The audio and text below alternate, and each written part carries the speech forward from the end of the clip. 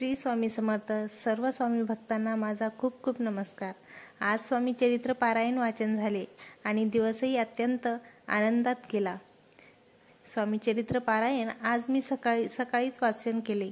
त्यानंतर दुपारच्याला आमच्या शेतामध्ये पेरणी केली.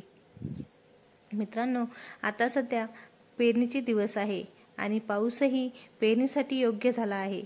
त्यामुळे आम्ही पेरणीला सुरुवात केली. तर सर्व स्वामी भक्त जे आहेत त्यांनी एक वेळा एक सेवा कमी करा, परंतु पर्जन्य सूक्त हा जो स्रोत आहे हा तुम्ही रोज वाचन करा. कसा आहे, शेतकरी सुखी तर सर्व जग सुखी. शेतकऱ्याने जर हाक मारली तर पावसाला तर यावंच लागते, अन्यथा कोणी काहीही जरी केलं तरी तो ऐकणार नाही. तो फक्त आणि फक्त शेतकरी राजाचंच ऐकतो. त्यामुळे सर्वांनी रोज पर्जन्य सूक्त पठण करायचं आहे.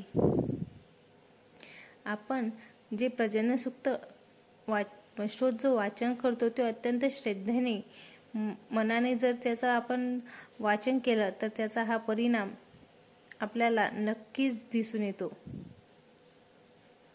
तर मग पेरणीला सुरुवात जर करायची असेल तर तेव्हा काय करायचं? प्रथम आपण पर्जन्य सूक्त तर वाचन करतोच रोज, परंतु एक सुपारी घ्यायची आहे. वडाच्या पानावर ती सुपारी ठेवायची आहे आणि तिची पंचोपचार पूजा करायची आहे.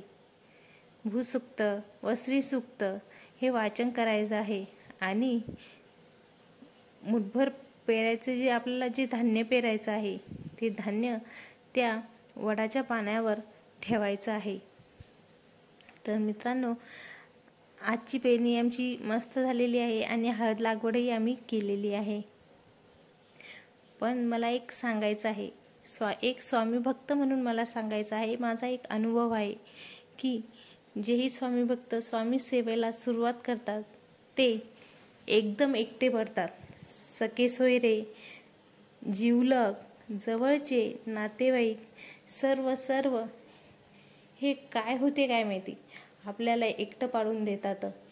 हा मलाच नाही तर तुम्ही जेही सर्व स्वामी भक्त आहात त्यांना हा अनुभव आलेलाच असेल आणि मलाही तो अनुभव आलेला आहे. मला तर मी सांगूही शकत नाही की मला असा अनुभव येत आहे. पण हे नक्कीच स्वामी आपली परीक्षा घेत असतील, त्यामुळे आपल्याला एकटं पाडत असतील. नक्कीच स्वामी आपल्याला काहीतरी यामागे स्वामीचाही काही चांगला हेतूच असेल. आपलं चांगलं होण्यासाठी स्वामी असं काहीतरी करत असतील असं मला वाटते. तर मग आपण स्वामी सेवा सोडायची का? नाही सोडायची. स्वामी सेवा चालूच ठेवायची. स्वामी नक्कीच समोर आपले हे नाते जे आहेत ते नक्कीच आपल्या जवळ येतील असं मला वाटते. त्यामुळे स्वामीची नित्य सेवा करा. स्वामी असतील पाठीशी तर भीती कशाची, आहे ना? बरोबर आहे ना? की स्वामी म्हणतातच ना की तू भिवू नको, मी फक्त तुझ्या पाठीशी आहे, तू खंबीर राहा, असं स्वामी आपल्याला नेहमी सांगतात. आपण आपल्या स्वामीची नित्य सेवा करायची.